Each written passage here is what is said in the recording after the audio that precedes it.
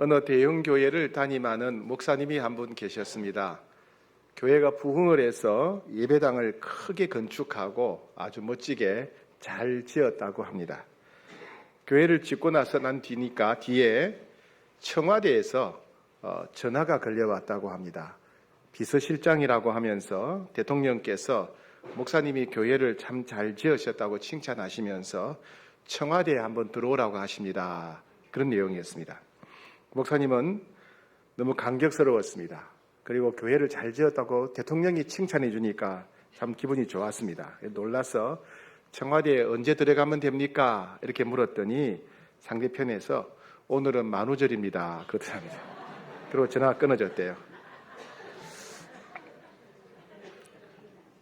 그래서 목사님은 너무 쑥스럽기도 하고 무안하기도 했지만은 마음에 좀 충격을 받았답니다. 대통령이 찾는다고 하니까, 만나자고 하니까 이렇게 감격스러워 하는데, 하나님이 나를 찾으실 때, 하나님이 나를 만나고자 하실 때 내가 그렇게 감격하고 있는가 스스로를 돌아보시게 되었다고 합니다. 그래서 하나님이 찾으시는 사람이 되어야 되겠다, 하나님 만나기를 기뻐하는 사람이 되어야 되겠다 결심을 하게 되셨다고 합니다. 하나님은 사람을 찾으십니다. 예수님은 신령과 진정으로 예배드리는 자를 하나님이 찾으신다라고 말씀하셨습니다. 즉 하나님이 찾으시는 사람, 하나님이 소중히 여기시는 사람, 하나님이 만나기를 기뻐하시는 사람은 예배를 잘 드리는 사람이다라고 할 수 있겠습니다. 오늘은 예배에 관한 말씀입니다. 유명한 신학자인 칼 바르트라고 하는 신학자가 있는데, 이 사람은 예배의 중요성을 세 단어로 말했습니다. 예배는 가장 중요한 것이고, 가장 긴급한 것이고, 또 가장 영광스러운 것이다, 이렇게 요약해서 말했습니다. 오늘은 예배에 관한 말씀을 나누는데, 먼저 우리 조상들이 예배처럼 그렇게 지내온 제사 문제에 대해서 함께 생각해보고 제사와 비교해서 예배를 생각해보고자 합니다. 여러분 어릴 때 다 제사에 참여한 적이 있었을 것이고, 또 주변에서 제사 지내는 모습을 본 적이 있으리라고 생각이 됩니다. 제일 힘든 게 제사상 차리는 문제지요. 참 힘듭니다. 그죠? 예, 여성들한테는 참 우리 어르신들은 경험이 많으리라고 생각됩니다. 제사상 차리는 상은 따로 있습니다. 그죠? 평소에 밥 먹는 상과 별도로 제사상은 좀 더 크죠. 크게 합니다. 왜요? 오열로 음식을 차려야 되니까. 오열로. 규칙이 있습니다. 아무거나 차리는 게 아니죠. 일렬에는 밥과 국을 올려놓는데, 시접거중이라고 해서 수저를 담은 그릇을 한 가운데, 반서갱동, 밥은 서쪽, 국은 동쪽, 그 다음에 제2열은 어육동서, 생선은 동쪽, 고기는 서쪽, 두동미서, 생선의 머리는 동쪽, 꼬리는 서쪽, 적접거중, 구이는 중앙에, 배복방향, 닭구이나 생선포는 등이 위로 가도록 놓는다. 3열에는 생선을 넣은 어탕, 육탕, 소탕 등 고기, 탕 등 탕류를 놓고, 4열, 좌포 위에 좌측 끝에는 포, 우측 끝에는 식혜, 그리고 숙서 생동, 익힌 나물은 서쪽, 생김치는 동쪽, 면서 병동, 국서는 서쪽, 떡은 동쪽. 그 다음에 제5열, 조율 이시, 왼쪽부터 대추, 밤, 배, 곶감, 홍동, 백서, 붉은 과일은 동쪽, 흰 과일은 서쪽. 이렇게 합니다. 이렇게. 다 외우셨죠? 예. 저도 믿지 않는 집안에서 태어났기 때문에 제사를 지낼 때가 되면 저희 집안의 어르신들이 이걸 외우게 하셨어요. 외우게 하시고 스스로 할 수 있도록 그렇게 훈련을 시키셨습니다. 그뿐입니까? 차례상 앞쪽에는 또 술과 잔을 올려놓는 작은 상을 따로 마련하고, 향로와 향합도 놓고, 그 다음 주에는 모사 그릇과 태주 그릇을 따로 준비했습니다. 그러니까 음식 차리기가 너무 힘든 거예요. 예, 힘들죠. 복잡하고. 그 다음에 제사를 지내는 순서도 복잡합니다. 신이 내려온다는 강신부터 시작해서 12번째 음복, 제사 음식을 하는 음복까지 아주 꼼꼼하게 제사를 지내는 순서가 정해져 있습니다. 한마디로 말해서 사람이 할 수 있는 한 최고의 정성을 다해서 제사를 지낸다는 겁니다. 저기 어르신들 어릴 때 보게 되면 목욕도 하시고 제일 깨끗한 옷 입고 그렇게 지내시더라고요. 예, 하여튼 사람이 할 수 있는 한 최고의 정성으로 제사를 지냅니다. 원래 제사는 우리나라에 없던 겁니다. 원래 우리나라 조상들은요, 죽은 사람에게 제사를 지내지 않았습니다. 그러다가 조선시대에 들어와서 중국에서 유교가 들어오고 주자학이 들어오면서부터 제사 제도가 퍼지게 되었고 돌아가신 분들을 위해서 제사를 지내게 되었습니다. 그럼 제사의 대상이 누구냐 하면 여러분 위패, 신주, 치방이라고 아시지요? 그죠? 제사상 제일 머리에 보면 위패와 신주, 치방이 있어요. 이 위패와 신주는 나무 조각에다가 죽은 사람, 오늘 제사상 받아먹는 돌아가신 분이 누군지 그분의 이름과 그 다음에 과거 관직, 뭐 이렇게 구급 공무원 이런 걸 써놓는 거예요. 관직을 써놓는 겁니다. 예. 그리고 이 위패나 신주가 없는 가정에서는 종이에다가 썼습니다. 그게 지방입니다. 지방. 그러니까 위패나 신주나 지방은 한마디로 말하면 이름표예요. 이름표. 그 돌아가신 분의 이름표입니다. 이름표인데 그걸 제사상 위에 올려놓는다는 얘기는 뭐냐면 거기에 귀신이 온다는 거예요. 죽은 사람의 귀신이 이 위패, 신주, 지방에 달라붙어서 와서 이 음식을 받아 먹는다는 겁니다. 예. 그렇다면 이 제사는 누구에게 바치는 겁니까? 돌아가신 부모님이 아니라 귀신에게 바치는 거예요. 귀신에게. 예, 귀신에게 바치는 우상 숭배죠. 우상 숭배. 왜요? 죽은 조상에게 잘못하게 되면, 잘못 대접하게 되면 집안에 우환이 올까 봐.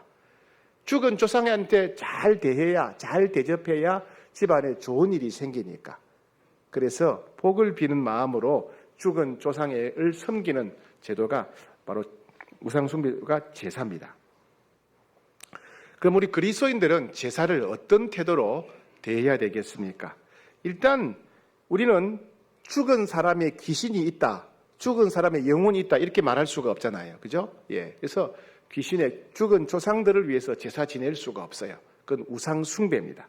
우리는 오직 세상 우주 만물을 만드신 하나님, 생사화복을 주관하시는 전능하신 하나님만 두려워하고 하나님께만 예배를 드려야 됩니다. 우리는 제사를 거부해야 됩니다. 두 번째, 부모님은 살아계실 때 효도를 다해야 돼요. 부모님 살아계실 때는 모른 척하고 무관심하다가 부모 돌아가신 다음에 제사를 잘 지내려고 그래요. 왜요? 돌아가신 부모의 귀신이 해코지 할까봐. 해코지 할까봐. 예. 그래서 잘 보여야, 잘 대접해야 자기들이 복을 받는다고 생각하는, 부모를 위한 게 아니고 자신들을 위한 것이죠. 그죠? 부모님은 돌아가신 데는 소용이 없어요. 부모님 살아계실 때 최선을 다해서 효도해야 됩니다. 그죠? 그것을 하나님이 기뻐하시고 성도들이 살아야 할 마땅한 태도입니다. 부모님 살아계실 때 효도하고 공경해야 됩니다. 세 번째는요, 제사 문제 때문에 그리스도인들과 교회 다니지 않는 불신자 집안 사람들이 싸우는 경우가 많아요. 왜냐하면 제사 때 가족들이 모이는데, 명절에 제사 때문에 다 모이는데 교회 다니는 사람들은 제사 안 지낸다고 안 가니까 가족들하고 관계가 멀어지는 거예요. 그래서 가족 친척을 소홀히 한다고 비판을 받습니다. 그래서 제삿날에는 가서는 안 되겠지만은 제삿날이 아닌 날에는 더 열심히 친척들을 돌아봐야 됩니다. 가서 만나고 인사하고 결혼식이든 뭐든 찾아뵙고 잘해야 돼요. 그러니까 교회 다니지 않는 사람들보다 평소에 2배 이상 잘해야 됩니다. 그래야 교회 다니는 사람은 제사는 안 지내지만은 집안, 친척, 가족은 소중히 여긴다, 이런 평가를 받아야 돼요. 교회 다니는 사람은 집안이고 형제가 없다, 절대 그런 말 들어서는 안 됩니다. 그죠? 오히려 성경에서는 집안, 친척을 잘 돌보라고 하지 않았습니까?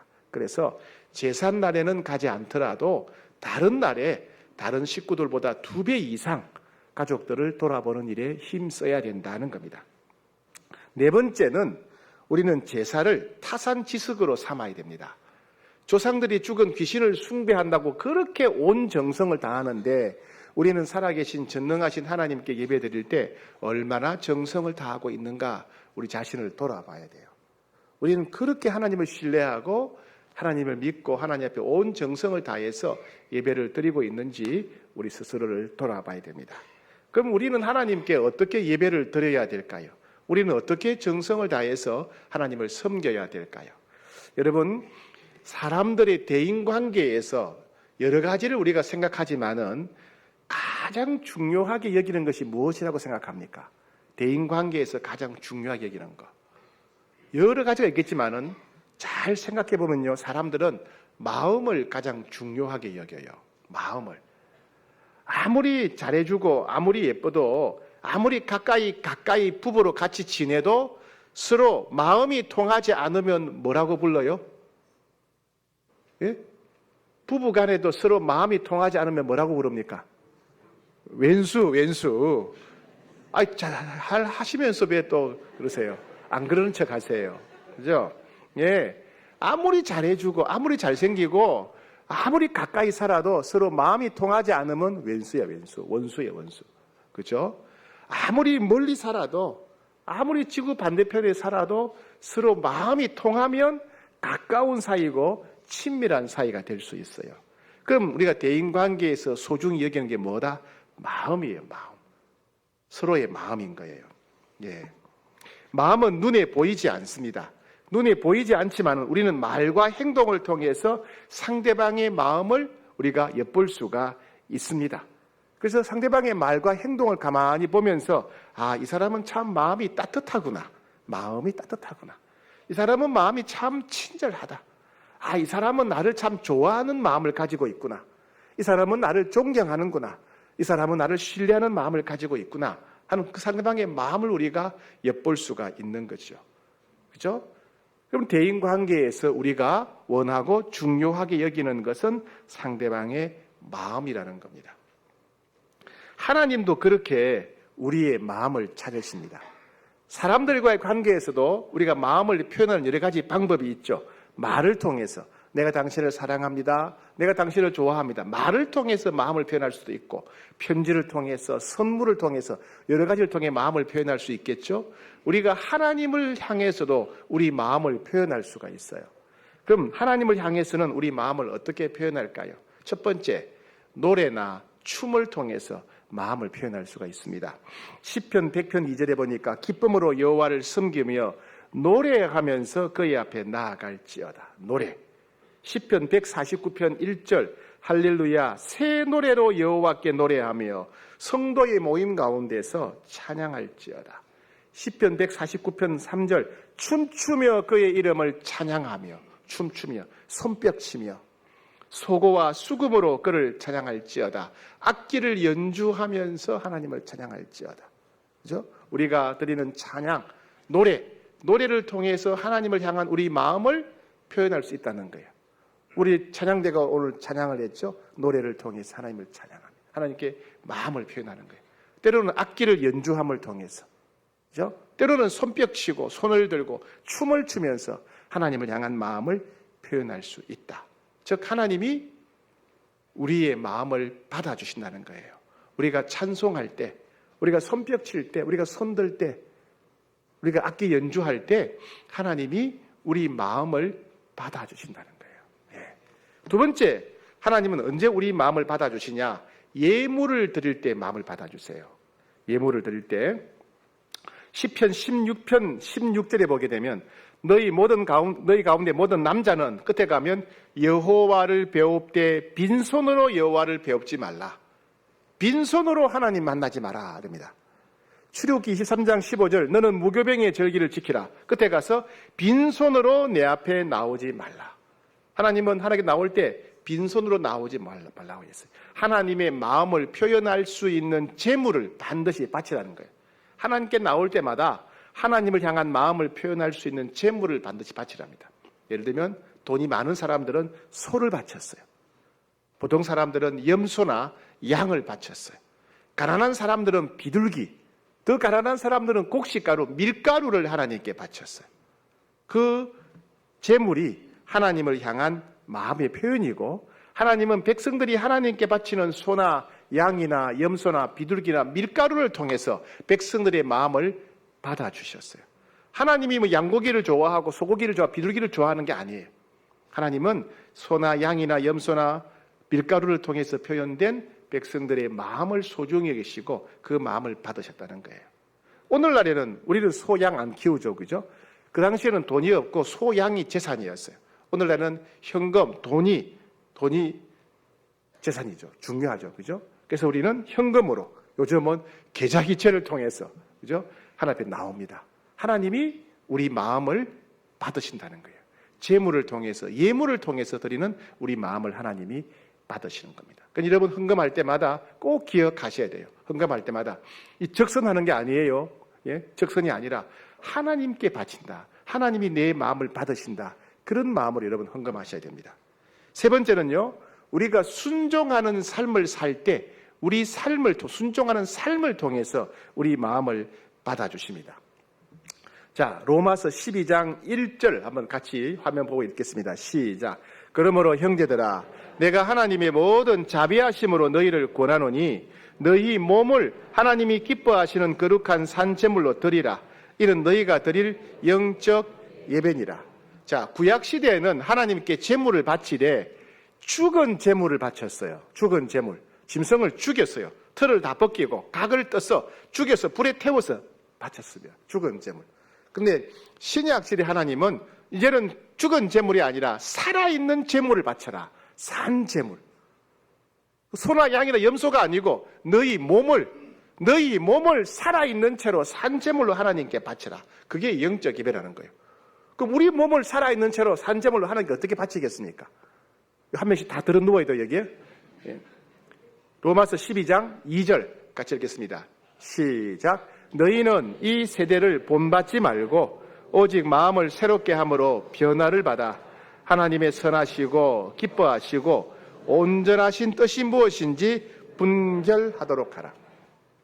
이 세상 사람들을 따라가지 말고 마음을 새롭게 함으로 이기적인 마음을 변화를 받아서 하나님의 뜻이 무엇인가를 잘 분별해서 그 하나님의 뜻에 순종하며 살아가는 삶, 그것이 자기 몸을 하나님 앞에 산제물로 드리는 거다. 가정에서 하나님 말씀대로 살고 직장에서 하나님 말씀대로 사는 것, 하나님 그 삶을 통해서 우리 마음을 받으신다는 거예요. 그렇다면 우리가 세상 사람들을 닮지 않고 내 욕심대로 살지 않고 하나님의 뜻이 무엇인가를 잘 그 뜻에 순종하는 삶, 그게 예배라는 거예요. 예배. 삶으로 드리는 영적 예배라는 겁니다. 그렇게 순종하는 삶을 통해서 하나님이 우리 마음을 받으시겠다 약속하셨어요. 네 번째는요, 나누고 베푸는 삶을 통해서 우리 마음을 받으시겠다고 하셨습니다. 히브리서 13장 16절 말씀이에요. 히브리서 13장 16절 시작. 오직 선을 행함과 서로 나누어 주기를 잊지 말라.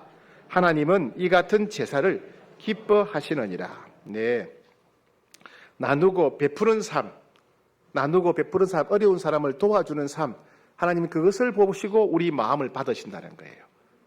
예배를 받으신다는 거예요. 하나님은 이 같은 제사를 기뻐하신다. 우리 주변에 어려운 사람을 도와주는 것, 그게 하나님이 기뻐하시는 제사고 예배고 하나님이 우리 마음을 받으신다는 거예요. 예.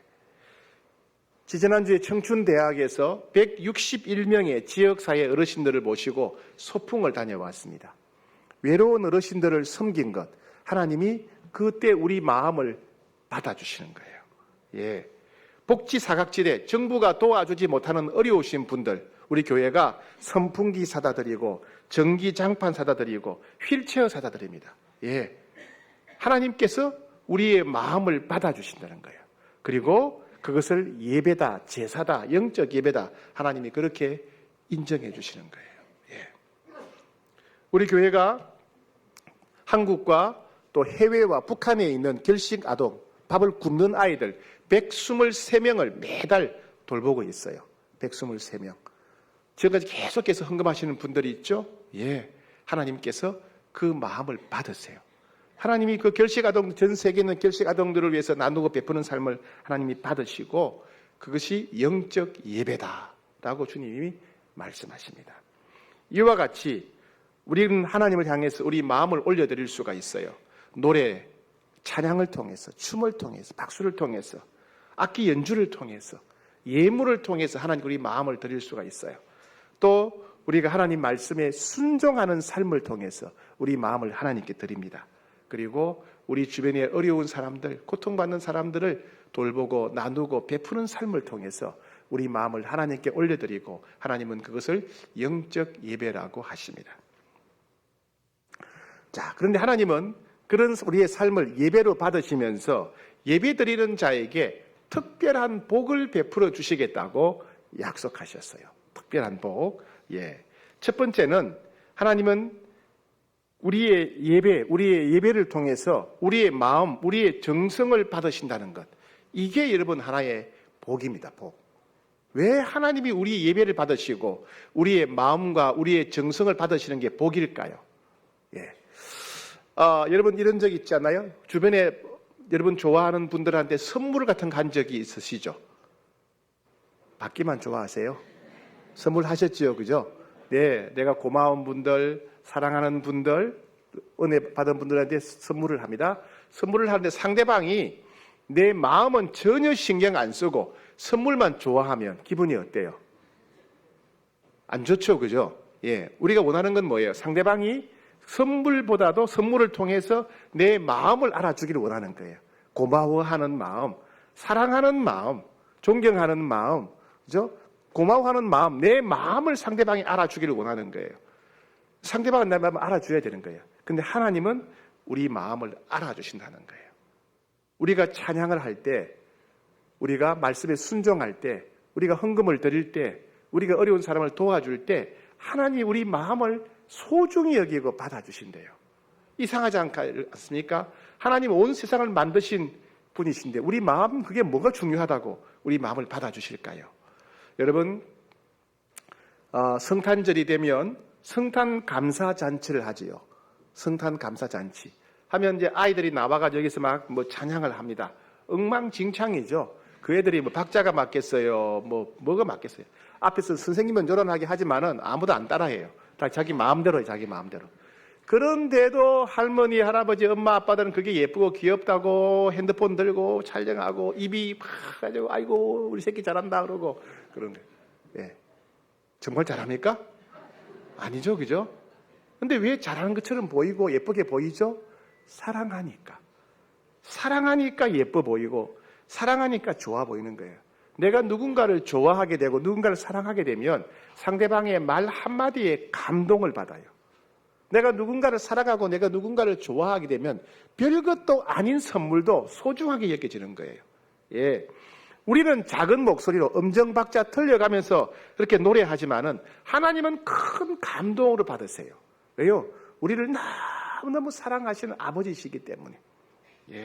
우리가 몇 푼 안 되는 헌금, 온 세상 우주 만물을 만드신 주님 앞에 그 돈 몇 푼이 뭐가 되겠어요? 그 몇 푼 안 되는 헌금을 바치지만은 하나님은 그것을 너무너무 기쁘게 받으세요. 왜요? 우리를 너무너무 사랑하시기 때문에. 독생자 외아들을 아끼지 않고 주실 만큼 우리를 너무너무 사랑하시기 때문에 우리가 드린 그 헌금을 너무 소중히 여기시고, 야, 네가 헌금했구나. 나를 위해서 나에게 이런 예물을 드렸구나. 하나님이 그 마음을 기쁘게 받으신다는 거예요. 우리가 억지로 순종하고 한다 하더라도 억지로 순종하고 억지로 충성해도 하나님 너무너무 기뻐하세요. 야, 네가 순종하는구나. 네가 충성하는구나. 하나님이 너무너무 기뻐하신다는 거예요. 첫 번째는 하나님이 우리 마음을 받으신다는 게 우리 복이에요. 두 번째 복은 뭐냐면요. 우리는 예배를 통해서 살아계신 하나님을 만날 수가 있어요. 하나님을 만나는 게 복이에요. 어느 세 가족이 처음 교회에 나와서 우리 찬양대가 처음 예배 시작할 때 성령을 불러요. 찬양대 노래를 부르는데 그걸 들으면서 여기에 하나님이 계신 것 같다. 그런 느낌이 오더라는 거예요. 찬양대의 찬양을 들으면서 여기에 하나님 계신 것 같다. 그런 신비한 느낌이 강력하게 들었다는 고백했어요. 어떤 분들은 찬송가를 부르다가 그 찬송가 가사를 통해서 하나님의 사랑이 느껴지고, 이야, 전능하신 하나님이 나를 돌보고 계시구나. 눈물이 나더라는 거예요. 또 어떤 분은 장로님들의 대표 기도를 들으면서 어쩌면 장로님들이 저렇게 대표 기도를 내 마음을 잘 표현할까? 저 기도가 내 마음인데. 그러면서 저 장로님의 기도를 하나님이 들으시는 것처럼 하나님이 내 마음의 기도를 다 들으시는구나. 내 마음의 기도에 응답하시겠구나. 그런 확신을 갖게 되었다는 거예요. 어떤 분은 설교를 들으면서 목사님이 내 이야기를 들으셨나? 몰래 카메라로 나를 지켜보셨나? 그런 생각이 들더라는 거예요. 그러면서 하나님이 내 형편을 다 아시는구나. 내 형편을 아시는 하나님이 지금 이렇게 말씀하시는구나. 하나님이 내 마음을 알아주시고 하나님이 나에게 말씀하시는 것 같다는 그런 느낌이 들었다고 고백합니다. 어떤 분은요, 축도하는데, 축복기도. 축도를 하는데, 하나님이 이렇게 항상 나를 보살펴 주시겠구나. 하나님이 나를 보살펴 주시겠구나. 위로 확신을 얻게 되었다. 축도를 들으면서 그럽니다. 이와 같이 우리는 하나님을 보여줄 수 없고 증명할 수는 없지만은 예배를 통해서 하나님이 살아계시다는 것을 체험하게 되고 경험하게 됩니다. 오직 예배 드리는 자들만 하나님을 체험할 수가 있어요. 우리를 사랑하시는 하나님, 우리에게 말씀하시는 하나님, 우리를 보살펴 주시는 하나님을 예배를 통해 만날 수가 있습니다. 주님은 약속하셨어요. 나를 사랑하는 자들이 나의 사랑을 입으며 나를 간절히 찾는 자가 나를 만날 것이다. 하나님을 사랑하는 마음으로 예배드리는 사람, 하나님을 사랑하는 마음으로 찬송하고 하나님을 사랑하는 마음으로 예물드리고 하나님을 사랑하는 마음으로 순종하는 사람은 반드시 나를 만날 것이다. 약속의 말씀이에요. 예레미야 29장 13절, 너희가 온 마음으로 나를 구하면 반드시 나를 찾을 것이요 나를 만나리라. 주님의 약속입니다. 그래서 예배드리는 자에게 최고의 복은 하나님을 만나게 된다는 거예요. 사랑하는 여러분, 예배 때마다 하나님 만나시기를 축복합니다. 예배 때마다 하나님을 만나는 신비한 기쁨이 가득하게 되기를 축복합니다. 세 번째, 하나님은 예배드리는 자에게 어떤 복을 주시냐 하면 예배 때 우리의 필요를 채워주시되 넘치게 채워주신다는 거예요. 빌립보 교회 성도들이 사도 바울에게, 감옥에 갇혀있는 사도 바울에게 선교 헌금을 보냈어요. 선교 헌금. 사도 바울이 그 성경을 받고 뭐라 하냐면 이건 하나님이 기쁘게 받으시는 예물이다 이렇게 했어요. 하나님 앞에 향기로운 예물이요, 하나님이 기쁘게 받으시는 예물. 돈은 자기가 받았는데 바울이 받았는데 바울은 고맙다 이렇게 말하지 않고 하나님이 기쁘게 받으셨다. 하나님 앞에 향기로운 제물이다 이렇게 말합니다. 봅시다. 빌립보서 4장 18절. 빌립보 4장 18절 시작. 내게는 모든 것이 있고 또 풍부한지라 에바브로디도 편에 너희가 준 것을 받음으로 내가 풍족하니 이는 받으실 만한 향기로운 제물이요 하나님을 기쁘시게 한 것이라. 빌립보 교인들이 에바브로디도를 통해서 선교 헌금을 보냈어요. 바울에게. 그럼 바울이 성경을 받았는데 내가 고맙다라고 말하지 않고 하나님이 기쁘게 받으시는 것이다. 이것은 하나님이 기쁘게 받으시는 제물이다. 하나님 앞에 향기로운 제물이다. 이렇게 말합니다.